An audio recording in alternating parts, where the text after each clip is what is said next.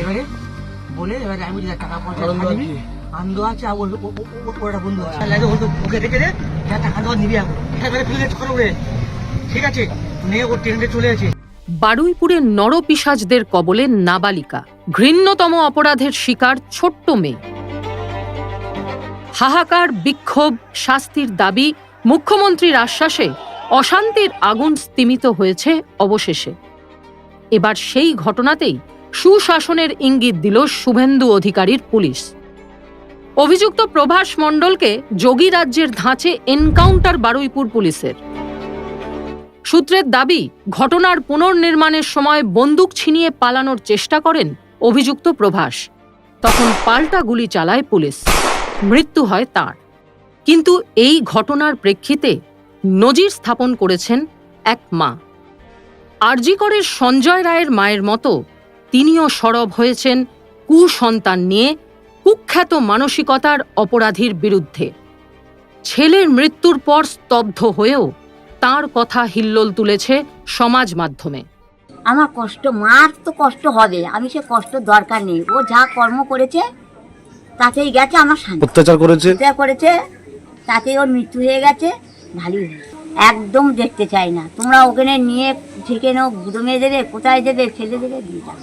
পৃথিবীতে সন্তানের সবচেয়ে কাছের মানুষ মা, কিন্তু সন্তান যদি অপরাধী হয়, আরেক মায়ের কোলের সন্তান কেড়ে নেয়, যদি রক্তাক্ত ইতিহাসে কাপুরুষ হিসেবে নাম লেখে নিজের, সমস্ত প্রশ্নের উত্তরে বোধহয় একটি শব্দই প্রতিফলিত হয় বারবার।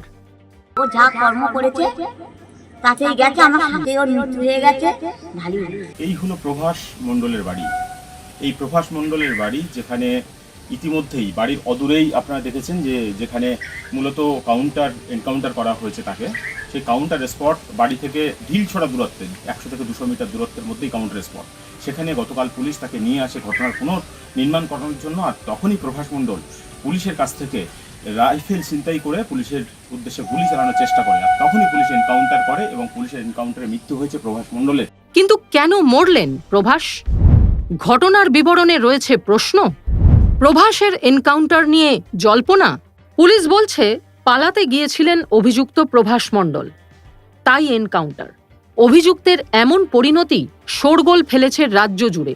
অনেকেই বাহবা দিচ্ছেন বারবার, কিন্তু প্রশ্ন তুলছেন বিরোধীরা। সাংসদ মহুয়া মৈত্র যোগী রাজ্য 2.0 বলছেন। অন্যদিকে প্রভাস সব জানতেন, আরও নাম রয়েছে নেপথ্যে, যেমন রাজা অথবা অন্য কেউ। প্রশ্ন উঠছে তা নিয়েও।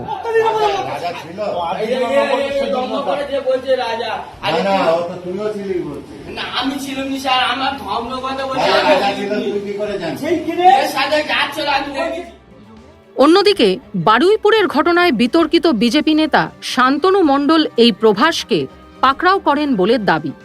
আবার শান্তনুর বিরুদ্ধেই ওঠে অভিযুক্তকে ছাড়িয়ে নেওয়ার অভিযোগ। আনন্দ আছে আর ওটা বন্ধু আছে বলে এবার 4 জন এসছে, খাওয়া হয়েছে, টাকা দরকার লাগে ওকে দেখে দে টাকা দেওয়া নিবি এখন, ঠিক আছে? বলে না আমি তোর কথা শুনবো না, ঠিক আছে? আমার ঠেকারে ফেলে করবে, ঠিক আছে? নিয়ে ও ট্রেনে চলে আছে, মেয়েটা ছেলেছে বলে চুরি ওরে বাঁচিয়েছে, আনন্দ ছেলে মেরে দিয়েছে, মেয়েটা ট্রেনে চলে যেতে পারে। কজন ছিল? 3 জন ছিল। আমাদের 4 জন। কাজ কে করেছে? কাজ আমি করিনি, সত্যি কথা বলতে পারবো না, আমি করেছি। ওরা বলতে পারে, ওরা করতেছি না।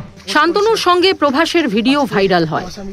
তাহলে কি কারণে পালাতে গেলেন অভিযুক্ত?